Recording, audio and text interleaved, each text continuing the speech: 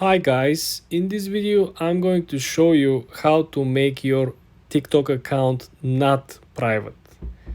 First thing you want to do, you want to launch the TikTok app.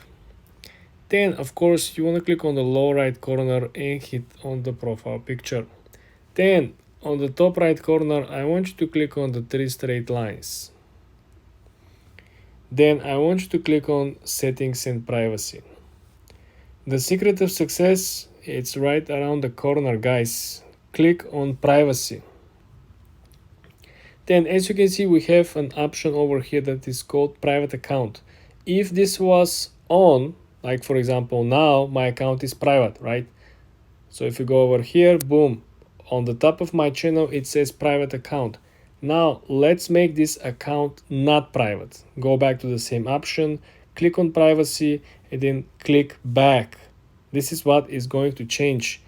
Anyone can see my content, anyone can view, comment on my public post, anyone can download my videos, anyone can duet my videos, and anyone could stitch their comment to my videos as well. So this is what we're going to do. This is how simple it is, guys, to make your TikTok account not private. For more tips and tricks like this, subscribe and come back for more.